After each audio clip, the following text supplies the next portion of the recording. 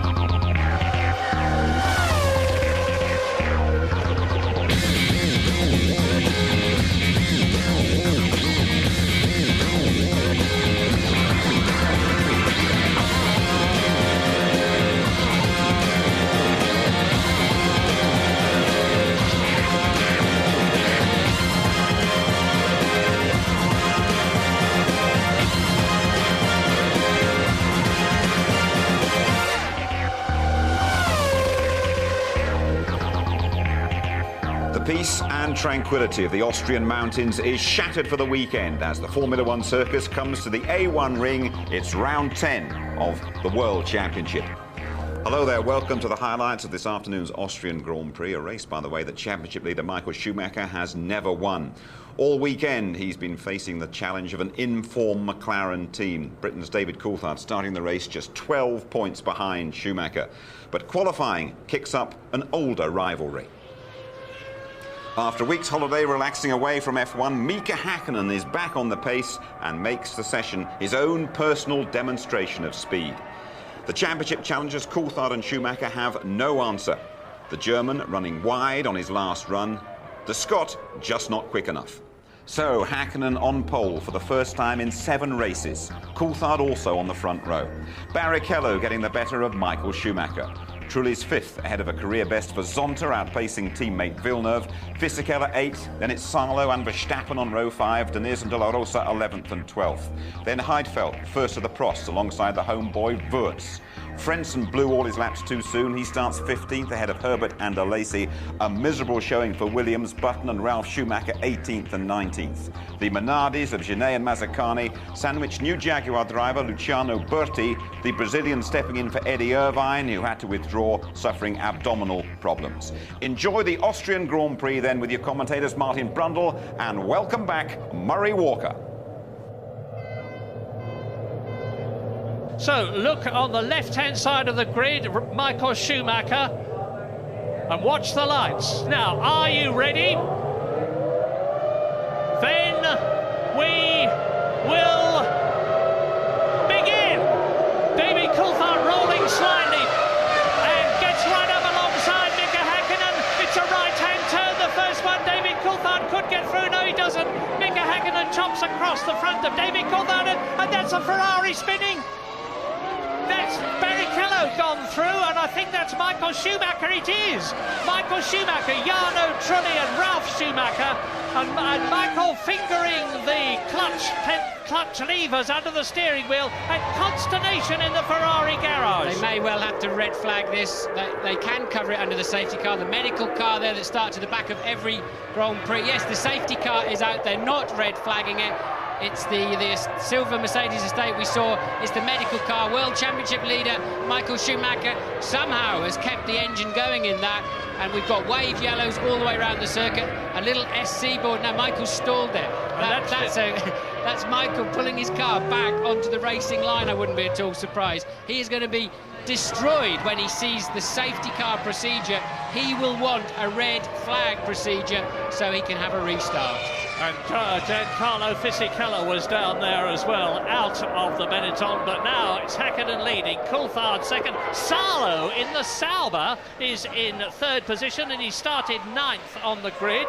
What is happening? I don't know. That's Fisichella running back, and Schumacher's car is being craned off the track, as is the Benetton. So that is 2 retirements, including the man who is leading the World Championship and will still be doing at the end of this race. But it's the worst possible situation for Michael Schumacher, out of the race with 2 McLarens in the lead, following the safety car. Mika Salo 3rd, Pedro de la Rosa and Jos Verstappen are 4th and 5th in the 2 errors, and somehow or other Johnny Herbert has got got up to 6th position, and he started 16th. Martin, here you go. And Jenson Button is 7th. So in amongst all that carnage, the two McLarens got away beautifully. Look, Michael Schumacher comes up the inside and gets a tap from what must be the BAR of Villeneuve.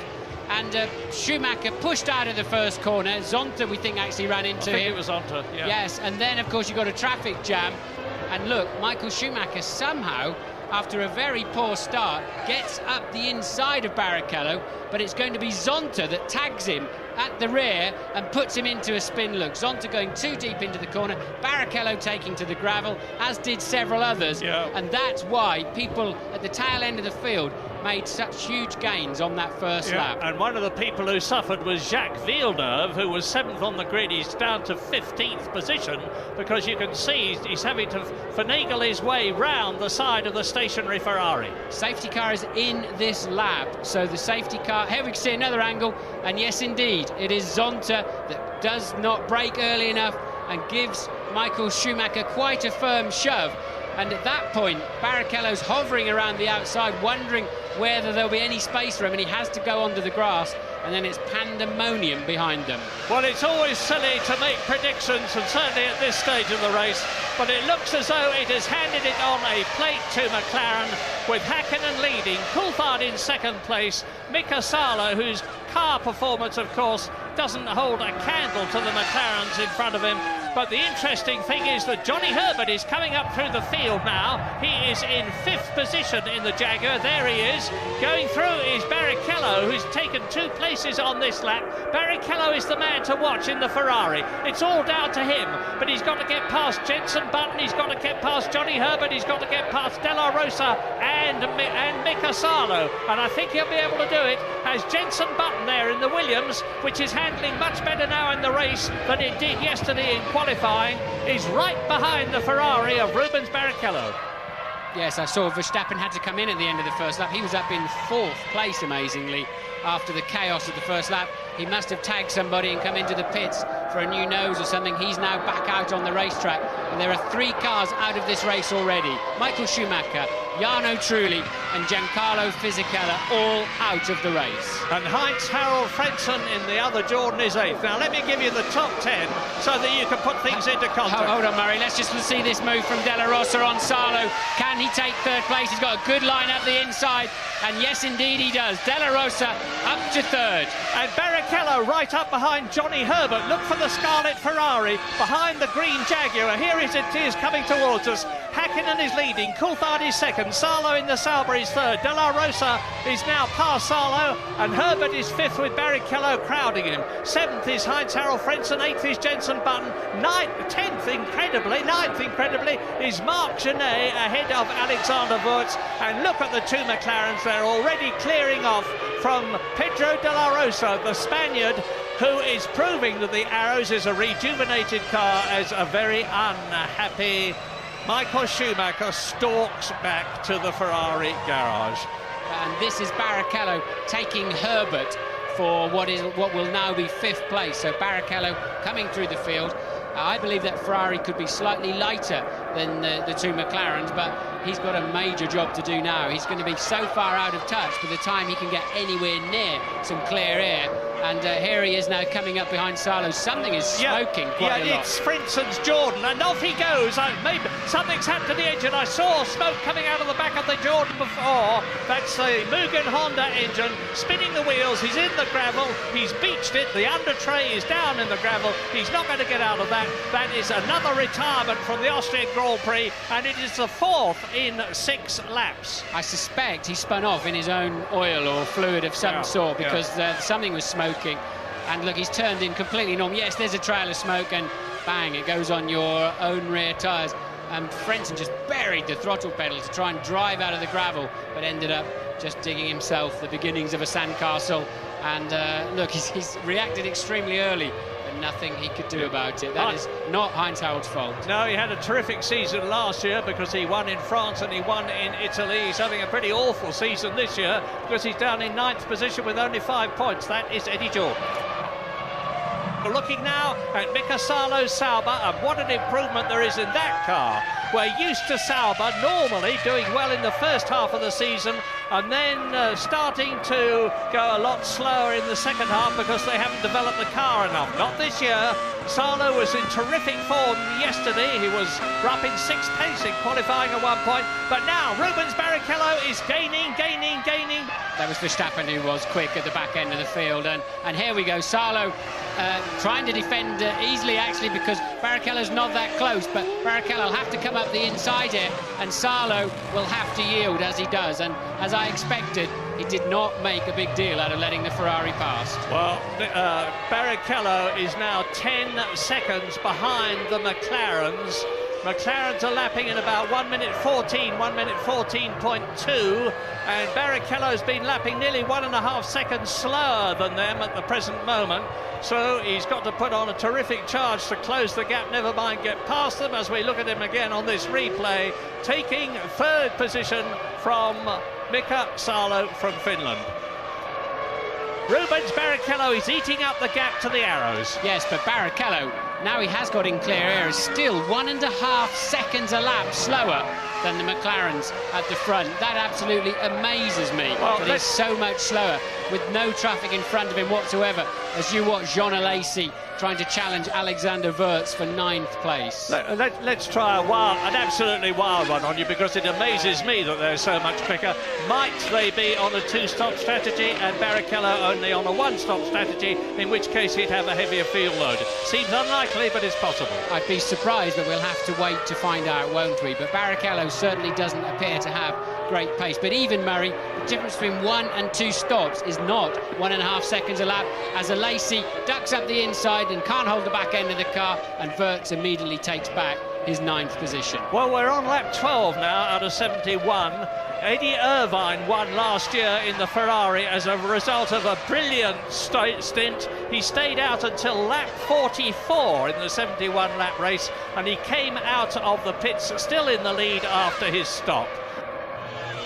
I'd like at some point when we see a replay of the start, Barrichello got away so much better than Michael, and then seemed to have to get out of it and let Michael through up into the first corner. Michael's miles behind him off the line, and I think that could confirm what James was saying about Barrichello actually, yes, being on the fuller fuel load and trying to release Michael.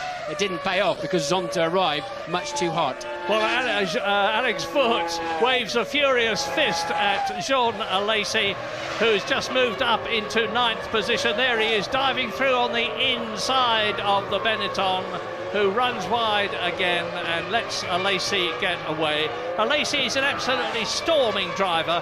He's driven in more Grand Prix than anybody else who is currently racing. I think this is his 177th Grand Prix, and he's lost none of his brio, none of his enthusiasm, none of his fire. That's Pat Simmons, the technical chief of Benetton, on the left, with Gordon Message, and the highest man that they've got in the field at the present moment is Alex Wurz, who is in 9th position, because Fisichella, of course, has long gone out of the race. So we've got 2 cars have been notified they're on a stop-go penalty. It's Dinitz and Zonta. So Zonta, we're sure it's because he ran into Michael Schumacher. Here it comes up on the screen. Dinitz, I don't know, maybe he had a jump start or something like that. So, but look at this, Murray. Mika Häkkinen is now down in the mid 1 minute 12s, and Barrichello still buried in the 1 minute 14s. That's Dinitz in for his stop-go, so he has to go to his own box, and Zontarin's ahead of him too, look. They have to go to their own area, and their own mechanics have to release them after 10 seconds of being completely stationary. Plus the time they lose getting in and out of the pits, so 25 to 30 seconds is an absolute minimum.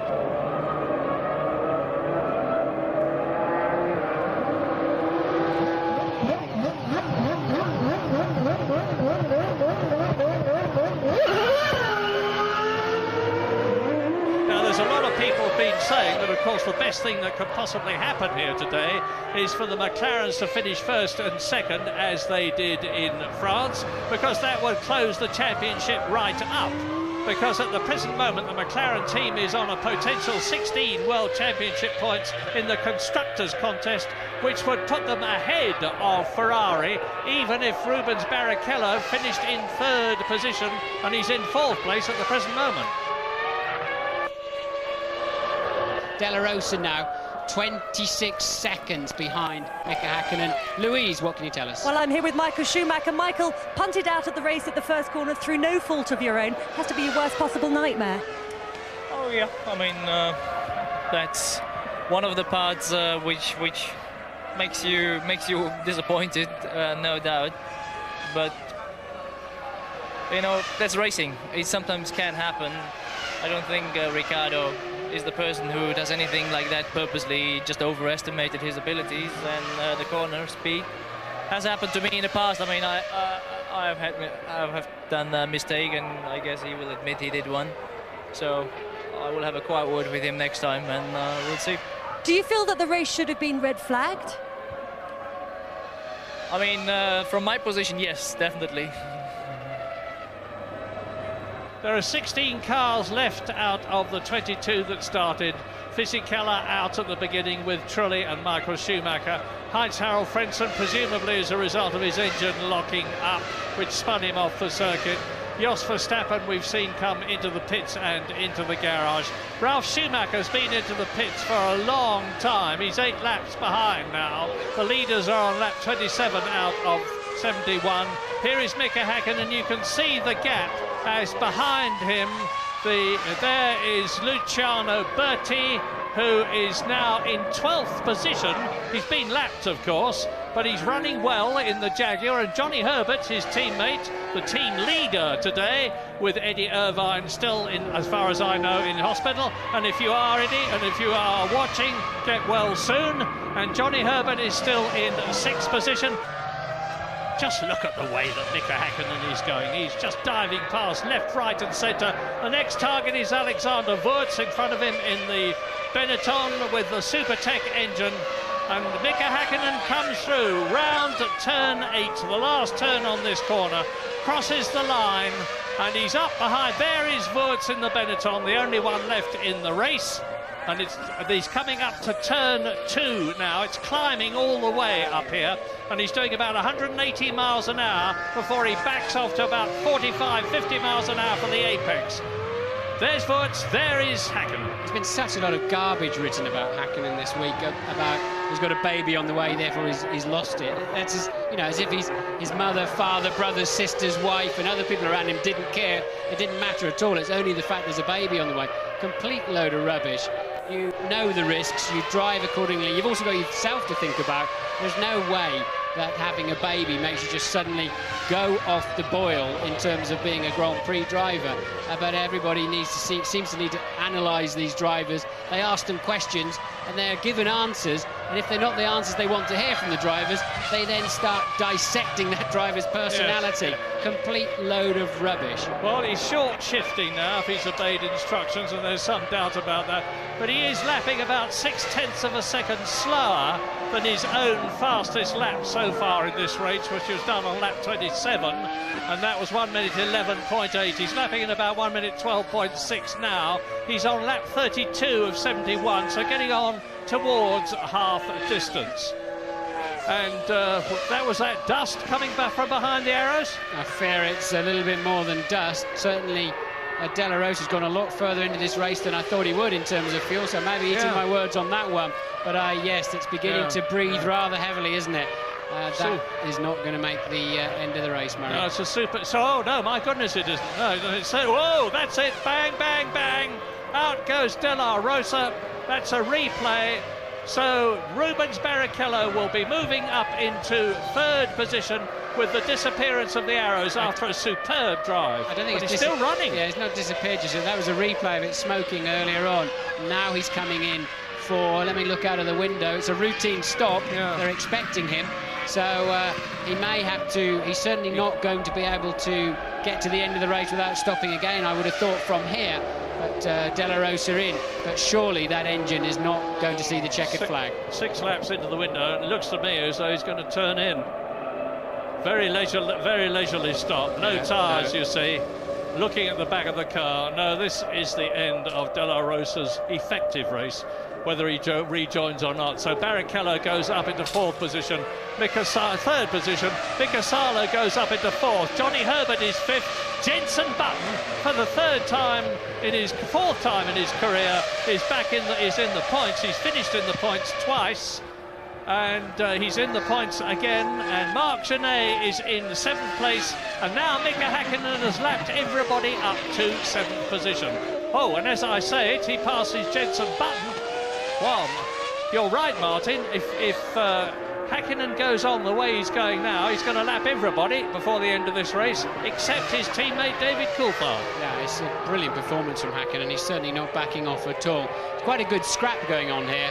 You've got Salo, 9/10 behind him is Herbert, and now just a little bit more is Jenson Button. He was 1.2, but he had to yield to the McLaren of Häkkinen that was lapping him. But a good little scrap there for what will now become 4th, 5th and 6th. That's Salo, Herbert and Button.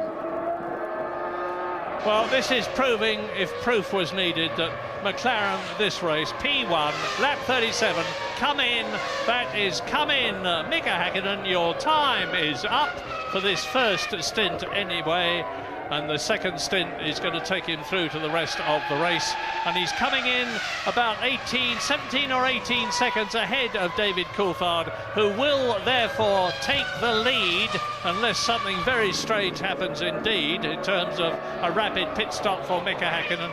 David Coulthard will take the lead, but of course he would then lose it again when he has to come in for his pit stop, which will be very soon, I predict, after Mika Häkkinen, because I assume they are on an identical strategy.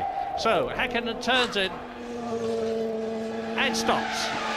Up goes the front of the car, on go 4 new Bridgestone tyres on their wheels, and Mika Häkkinen, the fuel nozzle is a bit slow getting away, but it's 11.8 seconds. And where is David? There is David Coulthard. And Rubens Barrichello is now on a charge. He's doing the fastest lap of the race as I talk to you. He's still to come through and complete it. He's done a lightning first section. This lap is split up into 3 sectors for timing purposes. The first sector ends just before turn 2. He's gone through the second sector faster than he has been before, but the gap between him and Mika Häkkinen is still some 30 seconds. Coming down now, it's 20 seconds as a result of Häkkinen's stop, and Barrichello has yet to stop himself. Yes, Barrichello's done his fastest lap of the race rather than the fastest of a 1:12.5, but that's just normal sort of cruising around McLaren pace at the moment when they were trying to just save the engine a little bit. So now Coulthard, if he's got a few extra laps of fuel in this car, it probably explains why he wasn't able to stay with Häkkinen earlier on. The traffic certainly hasn't fallen well, and he hasn't taken it as well as Häkkinen, but Häkkinen quite clearly in any event has more speed around this racetrack. But Coulthard leads the race, and he's got low fuel. He must be doing for fuel in the next few laps, and he should be able to pull some of that deficit back that he had on Mika Häkkinen. So the order on lap 41 with 30 laps to go in this 71-lap race. David Coulthard leading Mika Häkkinen now by 10 seconds. Rubens Barrichello is 30 seconds behind Coulthard, but has yet to stop. Mika Salo in the Sauber is 4th. Johnny Herbert still going strong in the Jaguar. 5th position, 2 potential points.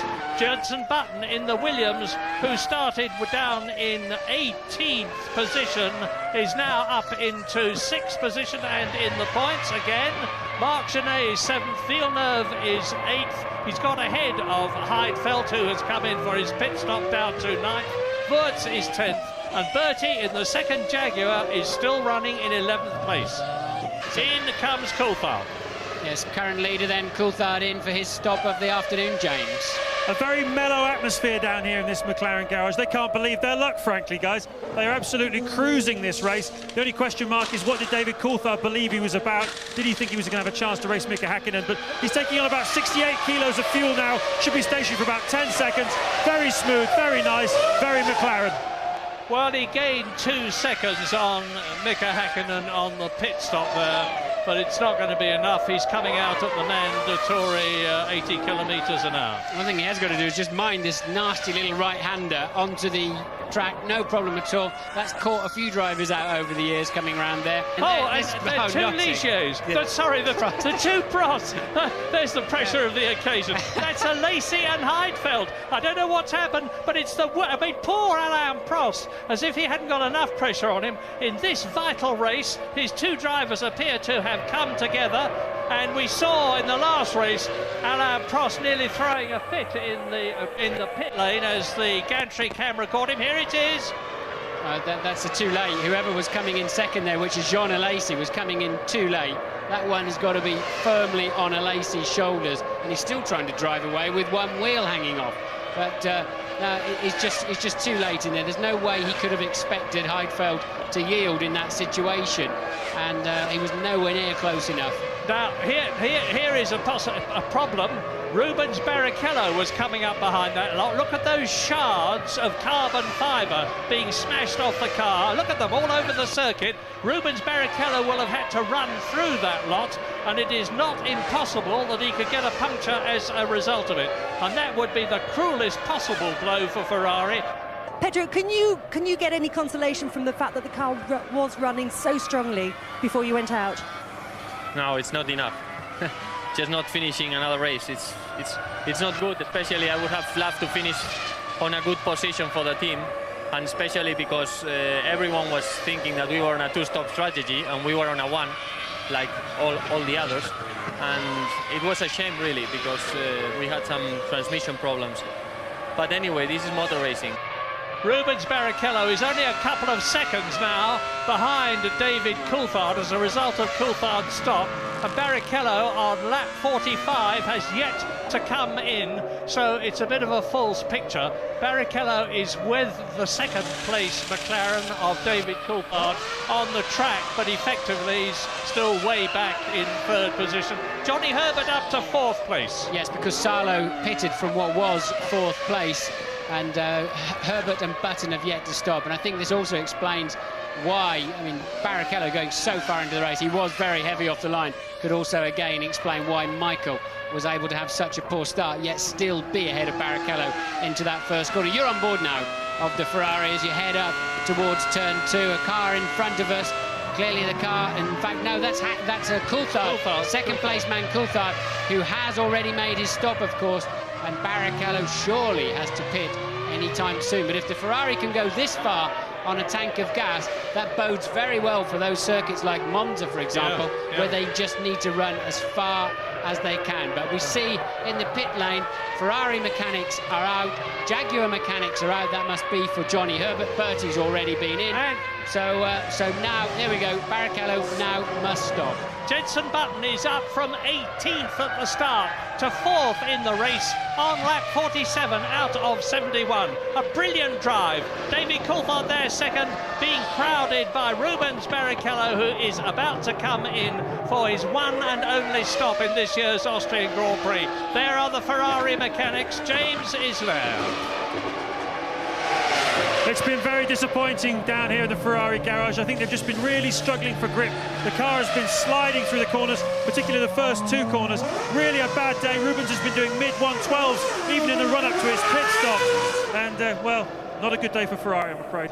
So out of the pit lane, Gently Motors. He has to, he can't go any faster than this. There is a speed limit for safety reasons. Gently Motors, Rubens Barrichello, who of course has now got a long gap between himself and David Coulthard, who motored serenely on as the Ferrari came into the pit lane. Now, unless I'm very much mistaken, Jenson Button has had a very encouraging discussion with Frank Williams here in Austria.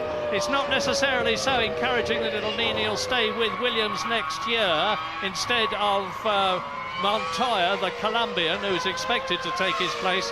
But Frank Williams and Patrick Head are delighted with the Englishman. They got him under long-term contract. There's no doubt that if Button is not with Williams next year, he will be with somebody else. And into the pit lane he comes from 4th position. Now, he's got Jacques Villeneuve at the present moment just a few seconds behind him. Villeneuve goes through and takes 4th position. Villeneuve yet to stop, but here comes Button into his garage now. Just gently runs into the front jack. That's exactly what he should be doing. He's right on his mark, so the mechanics can easily manoeuvre around the car, moving the wheel. The fuel stop was short, of course, not so far to run to the end of the race. So a great stop for Button.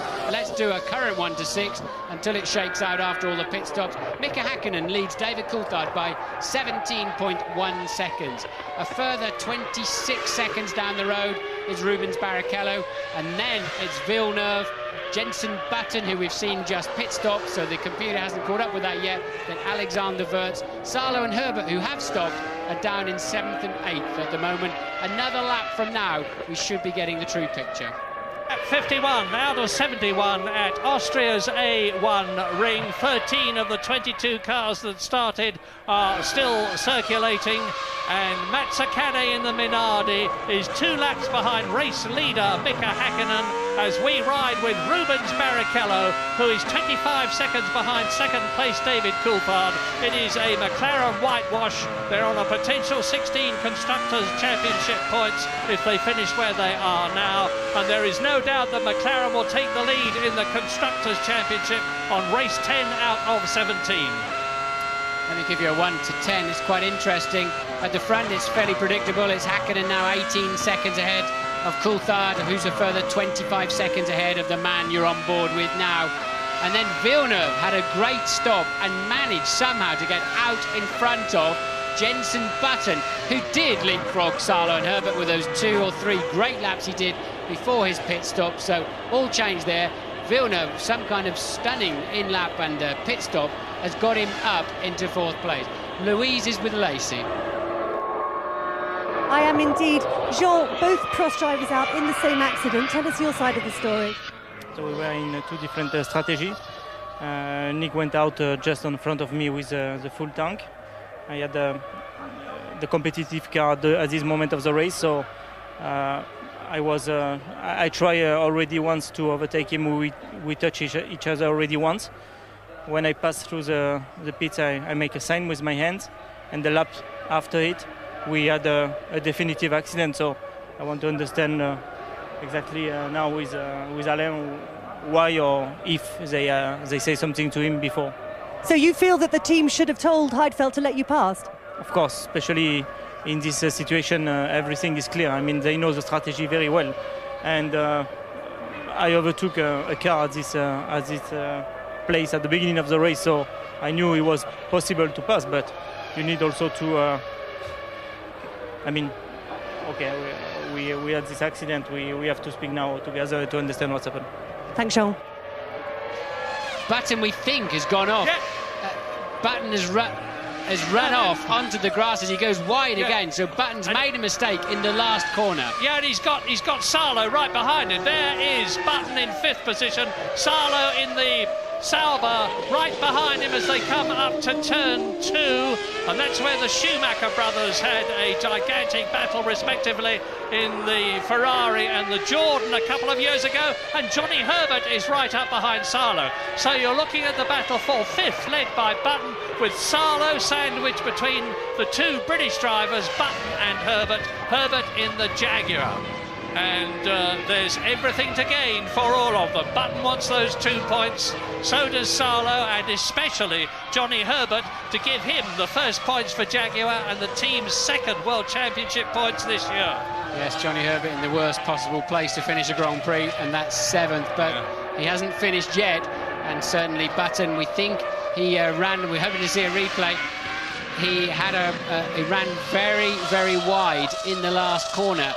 The Williams pit are ready with a new nose, but I would imagine they'll only bring him in if he has a problem, which he doesn't appear to have at the moment. I would imagine that's a precautionary situation with regarding to the Williams pits. With so relatively few laps to go, it would be crazy to bring him in, and I can't see anything wrong with the nose. I think his team will be there ready just in case. Well, disappointing for McLaren and their sponsors that we're not seeing more of Häkkinen and Coulthard, but it's a very wise decision by the television director, because this is the excitement. The McLarens are way out on their own, because There is the nose cone ready for Jenson Button's car, number 10. There is Jenson Button's car, number 10. Doesn't look to be suffering too much at the present moment from as far as I can see. And that is Jacques Villeneuve running wide, and that's what caused Button's problem, as he was tucked up right behind the BAR as they came round turn 8. That's about a 135-mile-an-hour corner. He just dodges the tyre wall and keeps on the track.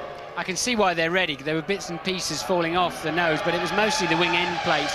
I don't think it was anything critical or structural, but you do have to be careful, because if your front wing fails and tucks under your front tyres, you can have a pretty serious accident, as Salo once again moves within half a second of Jenson Button. But if that wing was going to fail big time, it would have happened by now at the 180 miles an hour. Yes, they're packing the kit away.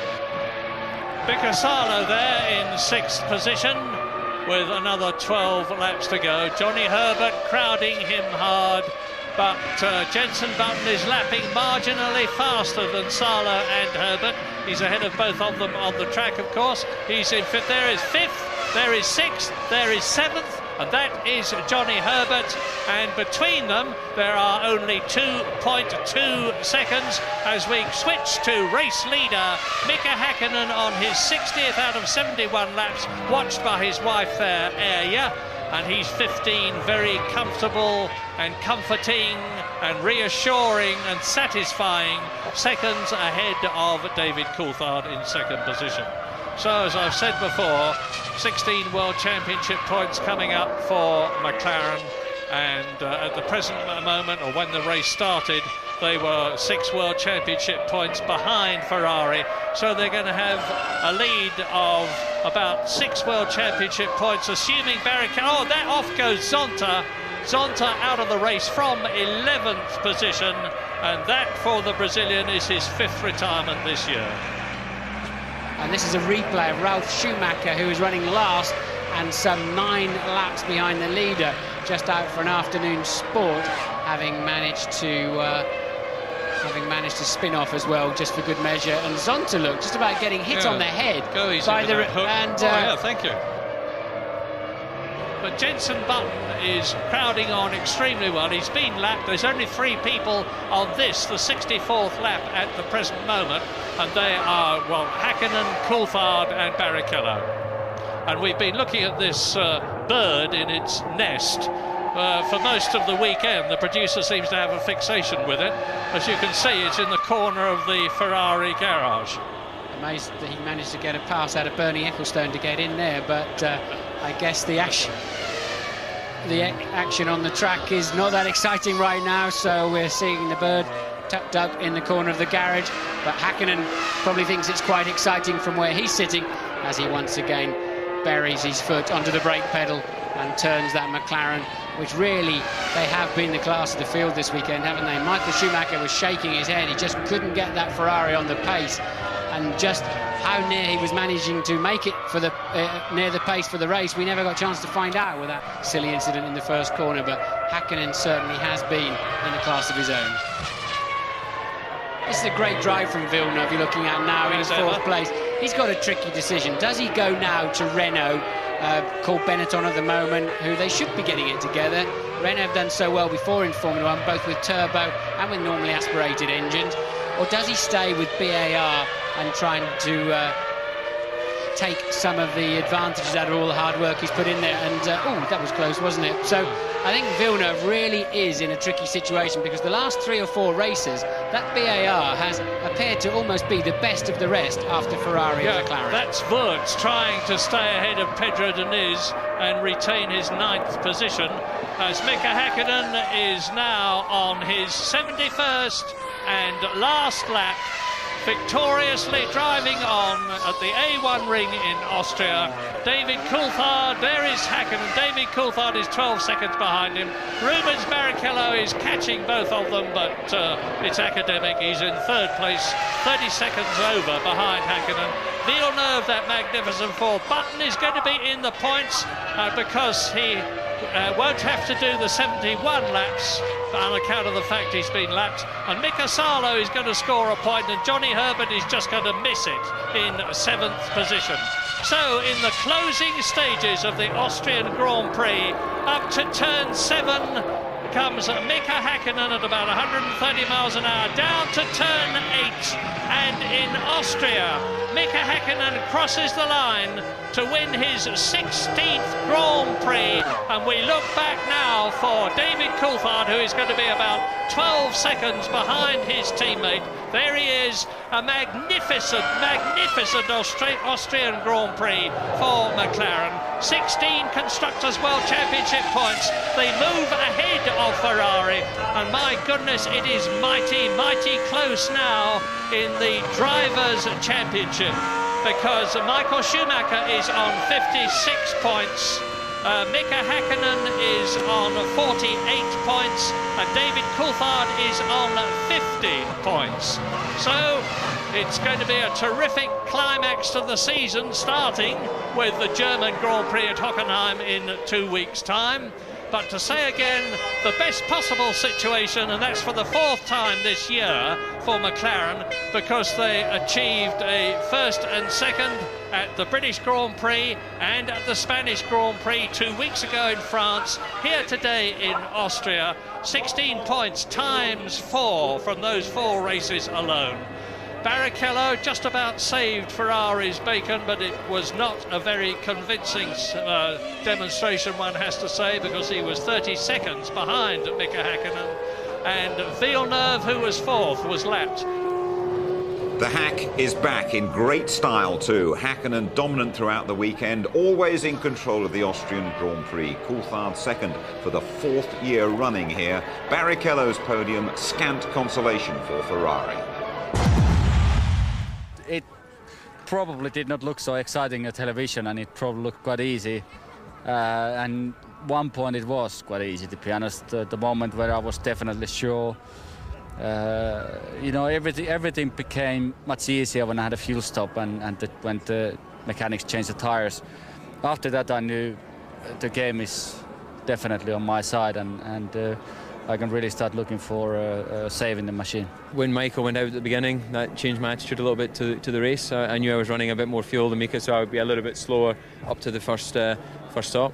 But after about 10 laps, I thought, okay, let's just cock Henny here, and I took it very easy with the traffic and just tried to get the car home. So from that point of view, I'm happy. I was lucky today to finish 3rd. I mean, I had a big bang from behind on the start. I broke my floor, so the car was completely undrivable to begin with. And so basically I'm lucky to finish the race today. The car was really in pieces after the first lap. I just watched the video there, and I could see the both Ferrari, they stopped completely the first corner.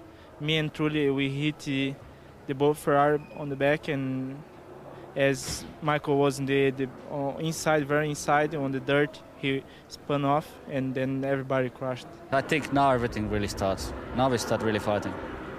And just look how competitive the Drivers' Championship is now. David Coulthard has cut Schumacher's lead to 6 points. Häkkinen very much in the hunt for his 3rd successive title. Barrichello's 4 points is Ferrari's only return this weekend. Fisichella failed to finish for the first time in 11 races. A blank weekend for both the Schumachers. Villeneuve, though, he's up into double figures. And McLaren hit the front of the constructors for the first time this season. They go 6 clear of Ferrari. Williams overtake Benetton thanks to Jenson Button. Still though on 18 points Benetton. BAR leapfrog Jordan, and Mika Salo taking Sauber above Jaguar. OK, let's have a word with Tony Jardine about the Austrian Grand Prix. Another huge weekend for McLaren. It's looking good for them. It's looking good for us in the championship. It's closed right down to 6 points. It's absolutely brilliant. But Villeneuve, the piece, the big decider at that crunch at the first corner. Zonta, the masked raider, will need his rapier when he does finally meet Michael Schumacher. But look at this. McLaren's away so well, and Coulthard brilliant start there, nearly got past Häkkinen, but he just gets through.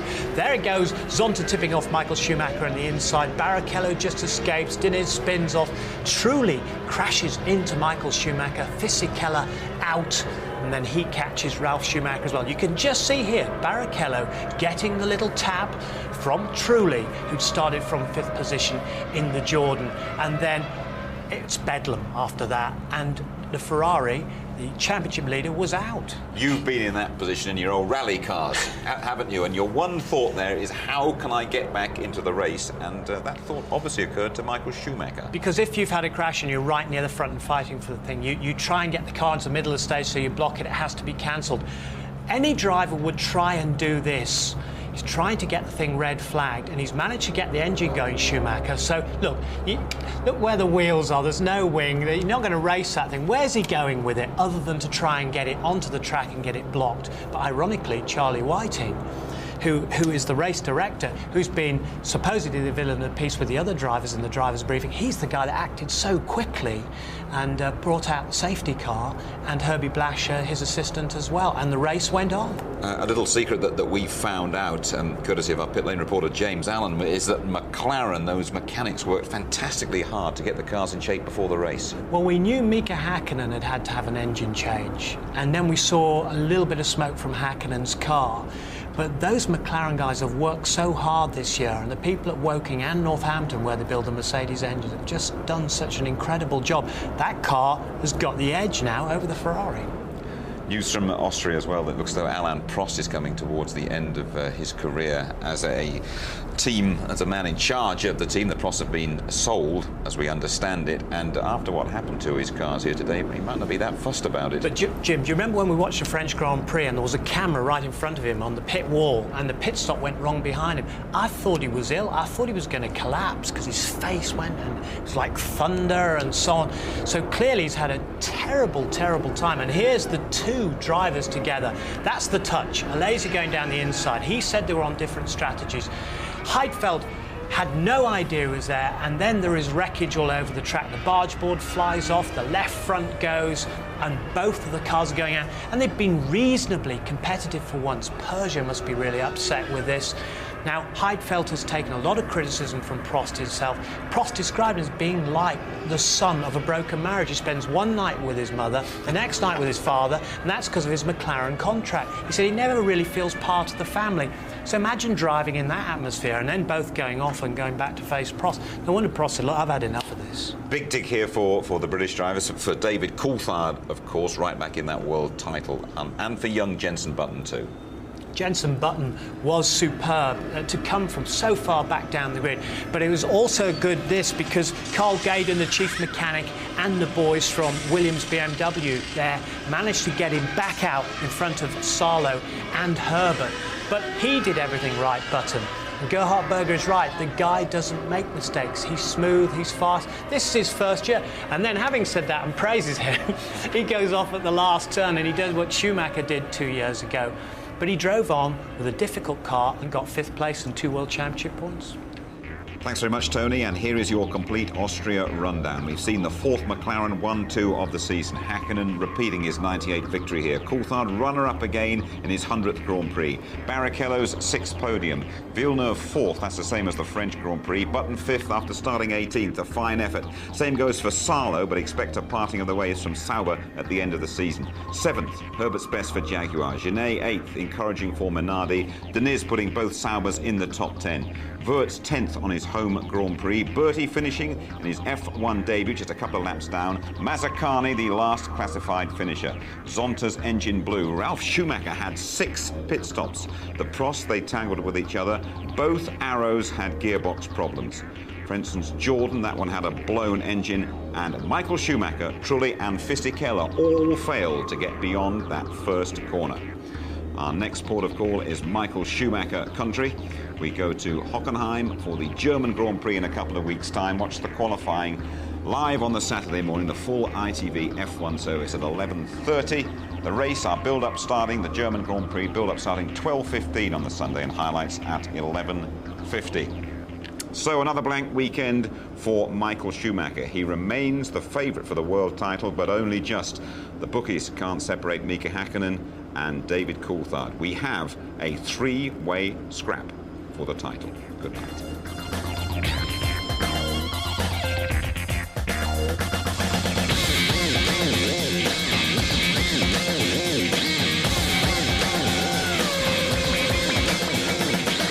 Some important news from Austria tonight. Mika Häkkinen's win is now in doubt. The FIA will examine computer equipment from his car and announce their findings before the next race.